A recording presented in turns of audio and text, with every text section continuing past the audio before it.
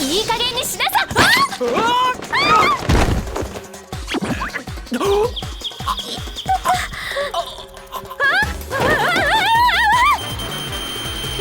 ずい、直哉の心拍数が上がって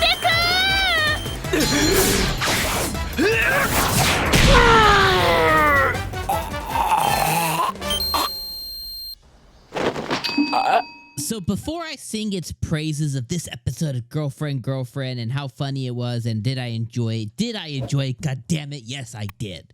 But I'm effing pissed off at this episode. I made only one note, like one substantial note this episode, and that was at the 11-minute mark. I notated, I put a little sticky note and I put, I can't believe they're gonna spend half this episode just setting up us getting to the beach episode.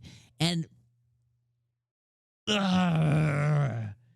hit me. He's just like, like, I can't believe they spent the whole freaking ass episode being a setup for the beach Okinawa episode. I cannot believe that. They not only wasted 11 minutes, they wasted 20 minutes, like 22 minutes of the episode. 22 minutes and 26 seconds of the episode they wasted just setting up next week. Now, contextually, Shino won once again. Like I think, you know, I really messed up this season. I should have done like a girlfriend counter and like who won the episode. And most episodes either have gotten won by Rika or Shino. Like, it's one of the two that have just, like, demolished the episode. But yet again, this week, I think Shino she's the winner because she's the sniper. But again, I think she's the winner. I think a close second's Rika, third Manase, and then fourth and bringing up the goddamn rear is Saki. Once again, she tends to bring up the rear because Manase always slips past her. But first part of the episode, you know, was all about like laundry and boobs and, you know, boobage and the titty holders and all that stuff, right? Like the bras and stuff like that, and him measuring love by heartbeats. I thought that was pretty freaking funny. But of course, Shino once again trips and falls. And somehow her shirt opens just a little bit to land in his face. And I mean, his thing was boy skyrocketing. He had to knock himself the F out to stop his heart, essentially, so it wouldn't go past Manase and Saki. Of course, Rika brought up the rear, but, you know, she could have gotten a little extra points if she didn't go first. But she's the one who kickstarted it, so he needs to be thankful to her. But I like how she won once again, okay? So that I thought was awesome. Then Saki wants to go to Okinawa. She wants a beach episode. She wants to do the beach stuff, fireworks, barbecue, all the stuff. And we find out, you know, which I think we knew already based on Shino and Saki's flashback. But if we forgot about it, you know, we found out once again that Shino is stacked. Not only was she allowed to live here and is given funds and given an allowance, and her parents are, you know, really well off, but apparently her dad or her mom or both her parents own a villa in Okinawa, which is super expensive. That's like money. So they're going to get to stay at this villa and stuff. So again, Shino becomes a clear winner for our boy Naoya, who's a hard-working common man. So not only does she bring what she brings to the table, but she also brings some cheddar. So that she's definitely the winner. Most excitable, most entertaining character this week is Rika, especially because she had her eyeballs on Shino the whole entire time.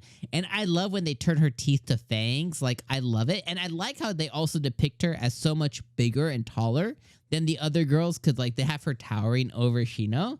And I find that adorable and just awesome. But I like how she's depicted as like the villain, you know.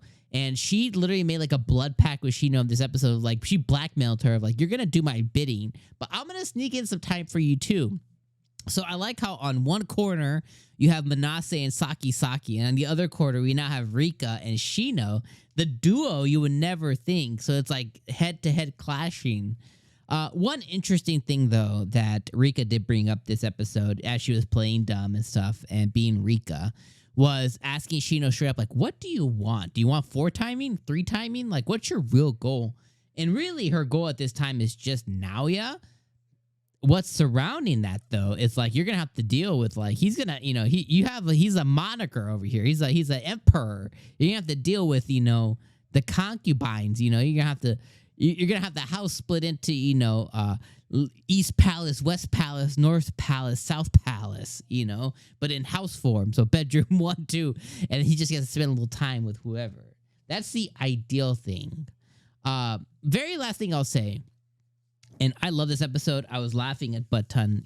I love Rika and her just craziness as she brings the episodes. All right, I love the episode. Removing everything. The last thing I'll say is before, when the episode was starting, I was thinking of like, yes, Naoya's the winner. Yes, he has the 4 girls and everything. But ultimately, I wouldn't want to be in his shoes still. Like, so far, they've depicted a pretty large gap of time. Call it, let's say 6 months, or so. Let's say, they've 6 months to a year. They've represented around. The show has represented somewhere between 1 month and 12 months worth of time, okay? Because right now they're out of school. So they represent this small chunk of time. And right now they're representing summer. He, yes, is with, he gets to, live and be with these 4 girls. And, there are slips and tips and stuff that happen. But for the most part, this is pretty representative of like elementary type relationships, like when you're just finding out, touching and feeling a little bit, and he hasn't even kissed these girls properly yet. So like everything that comes before a first kiss, that's all this show is about. It's very like 8th grade, 6th grade, whatever grade that was for you, 2nd grade, whatever. But it's very elementary in what it's doing. And I was like, how lame is that? Like, you do remove the sexual nature of relationships, and like he's just living with his platonic friends that he gets to touch and feel a little bit here and there, and most of the time by accident. And I was like, how lame? That's pretty lame. You know what I mean? In other not shows but media. I was reading a manhwa a few weeks ago about another guy who, similar situation, but in a fantasy world. And, that first night that he had the opportunity to, get it in, he took it and he felt a little bad about it, like a little too soon. But then that led him into the next girl and the next girl. And, certainly it was similar vibes to this, but he was actually, solidifying their relationship with these, 3 individuals. And I was like, that's what I want to see from anime like this, is like, don't pussyfoot around. Like, let's like dive in there. If the opportunities are arising naturally and, agreeably, like let them arise. Like let his sword be unsheathed, But yeah, I was just thinking about that. Like, it was kind of lame. We're watching like a really lame thing, actually. Kind of like Rent a Girlfriend is like, just because you get to see a titty every now and then, it's like, are you winning? I don't think so. I think you're losing, Let me know what you guys think about all of those thoughts, though. Anyways, this episode, though, is good. We know what it is. It is what it is. Can't change it. Very elementary, but it's very funny, and I really enjoy it. All right, I'm going to see you guys next week. Peace out, my friends.